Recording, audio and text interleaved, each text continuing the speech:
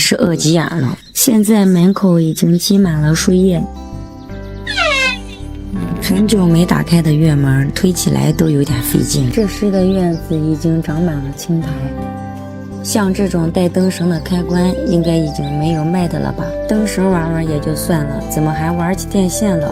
还不知道有没有通电，心真大。突然发现不住人的地方，燕子都不回来垒窝了。这家的燕子也没有回来，难道燕子也嫌贫爱富吗？看来只有这棵月季不嫌弃这个老院子。啊，真香！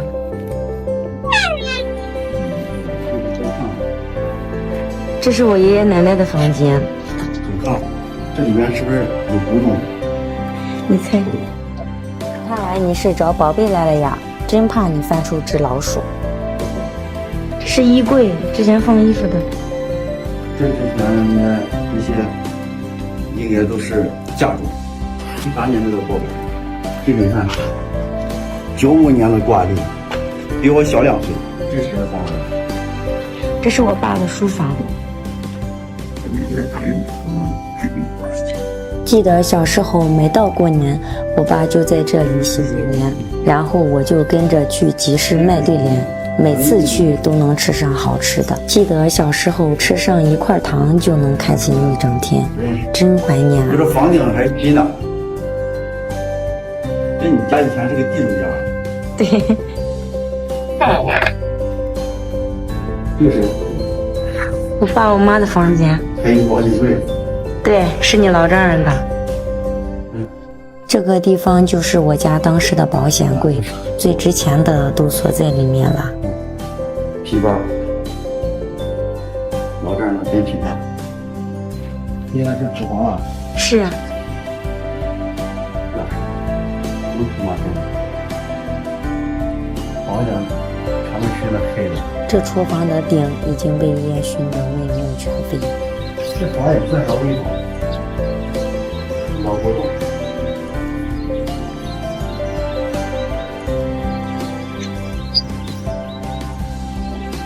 花椒种，这种是青麻椒还是大红袍？外面是太阳的，这地方多好。这院子拆了真是可惜了。城里面待久了，在这院子待一会儿，心情都是不一样。都是好好的，这拆的不是房子，这拆的是你的童年。怎么要走了？留下来和蚊子过吧，有点用，把房子拆起来也麻烦。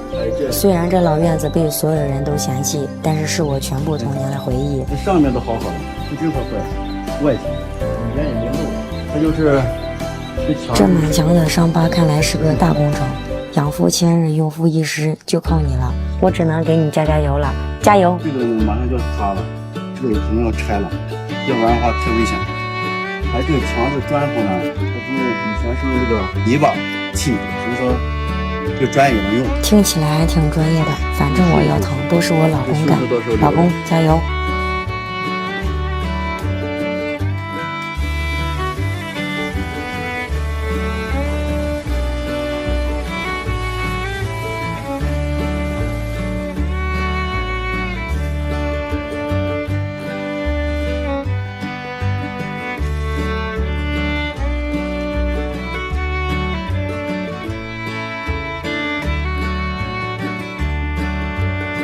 感觉还挺大的，后面都是。今天尺寸也量完了，那明天我们干嘛？明天把院里的杂树清理一下。就从后院下手吧。爷爷说动土前要上香图个吉利，是不是太迷信了？不知道你们那里有没有这种习俗？周围邻居都住城里去了，所以爷爷特意嘱咐拆的时候不要误拆了邻居家的。刚干了一会儿就被爷爷喊了过去，原来是想起来这里还有一个地窖，储存红薯的地方，一掀开盖子就能感受到一股凉气。可惜现在已经用不到了，哎，都是体力活，反正我腰疼，都是雷子干。老公加油！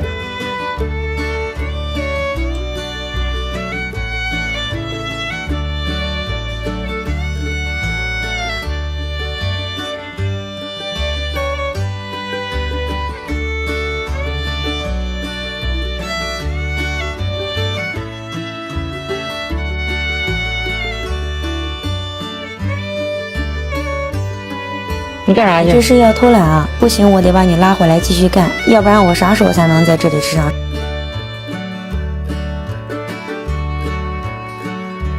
看看这家伙有没有在偷懒。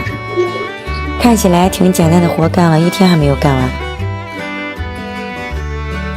这又是一个大工程啊，自己拆确实省钱，就是有点费老公。要不咱们请几个工人吧？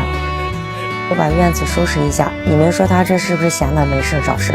这2天我们把院里杂树清理了，没清理之前是这样的，清理完是这样的，你们觉得地方变大了吗？然后我老公说他准备把后院塌的地方拆了，垃圾清理完再把围墙先围上。他说这个竹子墙和这个后院很般配，你们觉得呢？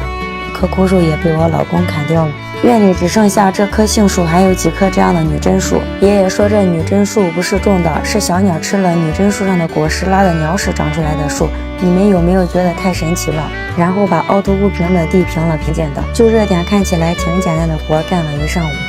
正干着活呢，我老休息了会儿，换了身衣服继续干。刚来就把废墟的砖拆了，因为这个砖是当时爷爷用泥巴砌的墙，所以一推就倒了。雷子说这砖块清理清理还可以再用，又省了一大笔经费，要对这个老树根下手了。我看着老公挖了半天都没有挖出来，看得我都着急了。算了，我还是跟你玩吧。怎么还跑进去了？快出来，里面太危险。真犟，跟我老公一样。这个老树根终于挖出来了，真不容易。看这一身汗，歇着吧，前头的活就交给我了。还有这个土墙，看了大家评论都说雷子设计的，看来雷子的纠结症又要犯了。这个土墙到底拆还是不拆呢？多，就我老公这一车一车的拉，要拉到什么时候啊？我老公昨天还说看看能不能挖出个古董，瞧，这不就挖出来了。车子虽然我拉不动，但是搭把手还是可以的。喂，你使点劲啊，怎么这么重？然后我们把这带着石头的土铺在去菜地的小路上，刚好小路的这个坡比较陡，可以填一填。还有这个地窖，本来爷爷说现在也没有用了，不行，拆下来的废墟把它填了算了。我看大家都想让留着，我和雷子想了想，还是留着吧。虽然没有用，但也是一个比较有纪念意义的东西。这个外墙，雷子想给它刷上腻子粉。这3伏天气只适合下午干活了。下午我们开始拆以前已经塌了的牛圈。这边拆完，我老公又研究起另外一边。爷爷特意叮嘱不要砸到邻居家东西，看起来还挺简单的活，干起来就没有那么简单了。看来你下午饭是没有吃饱呀，老公加油！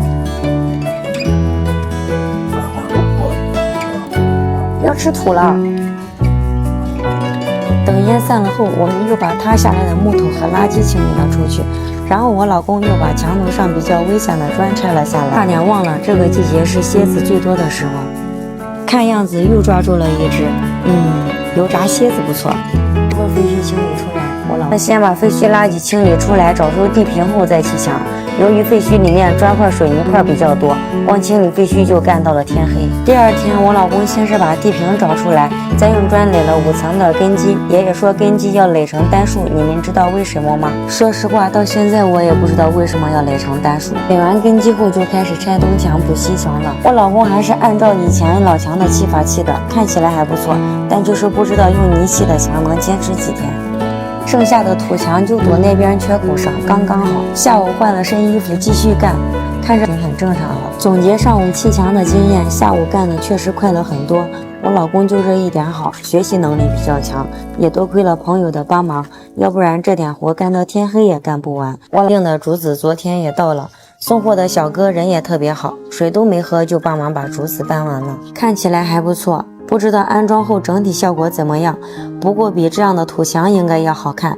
还有这2个砖垒的牛槽，本来要砸掉的，我老公非要把它搬出来留着种花。这看起来还不大，还挺重的。这搬出来是真不容易呀，可是这天也黑了，真发愁。这清理水泥块的活还得靠我家的壮劳力去干，这眼看就要干完了，突然又下起了雨。